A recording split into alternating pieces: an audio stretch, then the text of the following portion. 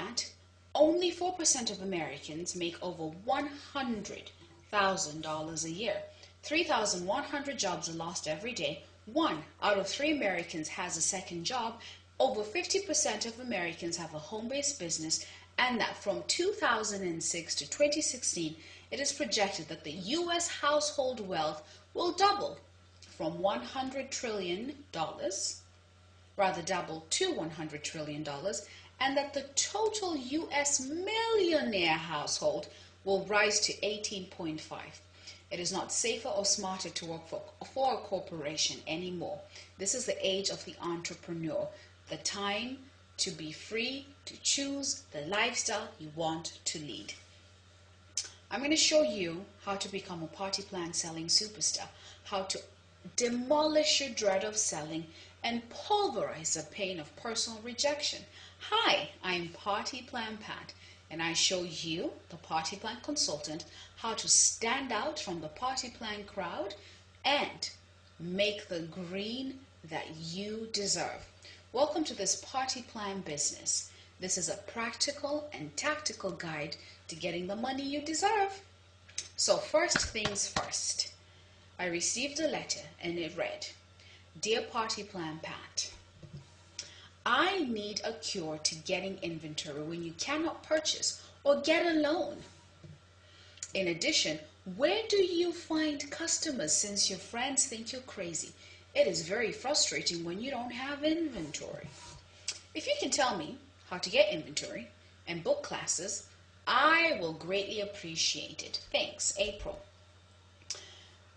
This is a very interesting question. Personally, what I feel is you should be asking, where do I get customers? That is your most important consideration. Dear Party Plan Consultants, let me introduce you to the 3 M's of the Little Black Book of Home Party Marketing Secrets. 95% of the problems you face or will face in your business are directly related to market research. So inventory is never the issue because people like to buy, they just don't like being sold to. So the concept of whether you should stock inventory or not is a non-issue. The issue is who is most likely to buy from you. And this is the essence of market research. Number 1, research your target customer, the person who is most likely to buy what you have to offer. What you need to ask yourself is, what problems are keeping the potential client or customer I want to reach awake at night? And what solution do I have to offer? Then number 2, sponsor shopping. Part of the process of sponsor shopping is discussing the target consumer, the potential buyer, with other stakeholders. So stakeholders are people already in the company and also the owners of the company. What are the trends they see? What have they done in the past that has worked? What can they show you, teach you, and use to guide you to get you to where you want to be?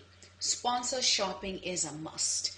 I think the most frustrating thing I have ever experienced, and I know a lot of people have experienced this, is when you go to your sponsor, your recruiter, your upline, and you tell them, I have made my list of 100, heaven forbid you're still doing that, or I have dialed all my friends, I have gone on a booking blitz, and nothing.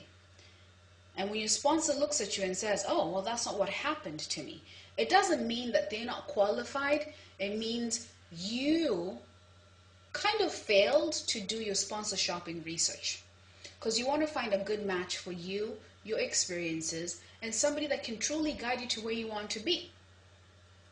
Because if you don't, what happens is you begin to lose faith, you begin to distrust your sponsor, and the rest, as you know, is a downward spiral into lack of productivity and activity. Then put yourself in the prospect or the target customer's shoes. Think about yourself and the product you so love and that you're using. How long did it take you between hearing about it, consuming it, and deciding to build the business? For most people, you're looking at 6 to 12 months. In some cases, 24 months. You cannot expect people to jump on the bandwagon because you have decided to build a business. And this is where a sales funnel comes into place. You have to continually prospect, which is meaning adding new people who are ready. You're adding new people. You are walking existing potential customers through the sales cycle, which takes about 21 days, into the buying process. And why? So you can cut out the frustration. So there will constantly be new people coming to you, constantly people buying, and people making the next transition to becoming a customer, a business builder, a hostess, whatever the case may be. Number 4, research deep consumers and users. For example, I love Macs. I have an Apple computer. So I'm a deep consumer and user. It is in your best interest as somebody who's potentially looking to buy an Apple computer to have a conversation with people who've used it. Why do they like it? Why do they recommend it? But more importantly, what don't they like? Because herein lies the potential for you to go big. Because if we like it, we're satisfied. If there's something that dissatisfies us, that means we're tossing and turning in bed, looking for a solution. Enter Party Plan Consultant with a solution. And then you want to study the parallel industries. You have competitors and you have people offering similar products. So you want to think about it this way. Why are people choosing to buy that over what you're looking to represent? You know, what kind of loyalty is there in the market, and can you break it if you need to? So these are important considerations you have to ask when it comes to market research. And this single thing, if done correctly, will save you hours of frustration. So don't let it go. So I have a question for you. How would you like to have $1,200 home parties? Oh, that sounds good. Let me introduce you to Jenny, one of my clients who is totally in love with jewelry. This is how Jenny was able to find what she needed. I mean, she was in a lot of companies, but through market research, she came to understand her personality and her interests. So market research is really about finding out what you like. And why is this important? Because when you find what you like, you can't help but enjoy it. And when you enjoy something, you can't help but sell the hell out of it. And as you can see, Jenny is truly having the time of her life because she has positioned herself in a place where she's happy. Market research is really about finding the yin to your yang, the Thelma to your Louise, the Starsky to your Hutch, the Rizzoli to your Isles. Perfect match. So let me introduce you to the 3 R's. Not reading, writing, and arithmetic, but I highly recommend you brush up on that. The 3 R's of marketing are the right person, at the right time, at the right place. That's it. That is a key. Let me introduce you to Melinda Phelps, a timeless beauty specialist, and talk to you a little bit about how she developed marketing intelligence. She did her market research. She discovered her target market, who was most likely to buy the product she was selling. She learned how to position herself as an expert in a crowded marketplace, and she uncovered new, emerging, and untapped markets to create the success she's wanted. Your party plan business needs a marketing budget. If you're going to do all the research on the planet only to stall because you are not able to move your business forward, well, there's no point in getting started.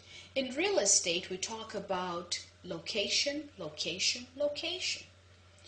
In business, it's about exposure, exposure, exposure. The purpose of doing your market research is to understand the holes present in the market for you to fill. But how will you get the exposure if you cannot fund your business? Exposure needs funding for people to know that you are a solution to the problem they're facing. Well, they got to know about you. You cannot be incognito and expect success. I got to find you. I got to match my problem to your solution. Exposure, exposure, exposure. And that is why you need a marketing budget. So let's talk about what the marketing budget covers. Your fixed costs. Any business you choose to get involved in has startup costs, $29.95 to $300. Obviously, there are different inventory packages. I always recommend you go with the smallest if you must buy inventory. But if you do this right through market research, as Sharon has completely shown us, she has never had to buy inventory because for every level she qualifies, the company sends her inventory. So why buy it? Focus on finding out what the customers want, provide the solution, the inventory will come. But obviously you've got your websites, brochures, catalogs, and all that fun stuff. Then you have your variable costs. If you're planning on attending a convention, you've got to pay for the flight, you've got to pay for the hotel, you've got to pay for the food and the entertainment, you have to pay for your internet, you have to pay for your party supplies, you have to pay for your advertising. You would not starve your body for food, would you? Okay, maybe you would, which is ridiculous, but okay. But if you starve your body for food, eventually you die. If you starve your business of money, a marketing budget, you're going to kill your business before it gets off the ground. Now, as we all know, for everything else is MasterCard. But do not be caught dead piling loads of cash expenses on your credit card with the hope of finding a market or breaking into the scene and going big. It doesn't work that way. There are many homes filled with inventory that is not selling. Help, I'm in pink hell. It's another one of my clients, Jennifer. Before we started working together, she was facing a lot of personal rejection in her company. She obviously developed a dread of selling because nobody likes to hear no. It's kind of demoralizing. And when you do invite people, she had a 100% no-show rate. There was no training that she could rely on or sponsor support. And as a result, she became frustrated. But this girl has tenacity because she is hanging there for almost 5 years, determined to succeed. As a result of our working together, we developed her mindset. Because marketing is all about getting into the minds of your potential client, but getting into your own mind and discovering what's keeping you from getting what you want. So we started by crafting an elevated pitch. Let them know what you have to offer. They will listen to you. Now, people willingly give her their credit cards. She has branded herself as an expert in her field, and she's in school, learning the craft and the trade. As Oprah Winfrey says, no one succeeds alone, but more importantly, no one has to. You know, we're social beings, and we like to be together. And this is why I feel very strongly that every party plan consultant needs a marketing mentor. Mentoring matters. It makes a difference between stumbling in the dark and having somebody turn on the light switch, smile, and say, isn't that much easier? So these are the 3 M's I wanted to share with you. The importance of market research. Research the market. Find the right pick for you. It may take a day. It may take 6 months. It may take 12 months. But remember, you are an independent business owner. You better be about your business. Forget what other people are saying. It's all about you. A party plan business is about you because you're the first person we connect with. We don't know anything about what you're offering. We only see you and your message. So number 2, a marketing budget. If you're going to do the market research, if you're going to pick a company, if you're going to be involved in business, you have to think about exposure, exposure, exposure. You cannot be a solution if people don't know that the solution exists. And lastly, market mentoring. Getting a mentor. No one succeeds alone and no one has to. This is Party Plan Pat on behalf of the Green Whams Show, and I look forward to connecting with you and guiding you to becoming a party plan selling superstar. See you next time. Thank you so much. Bye.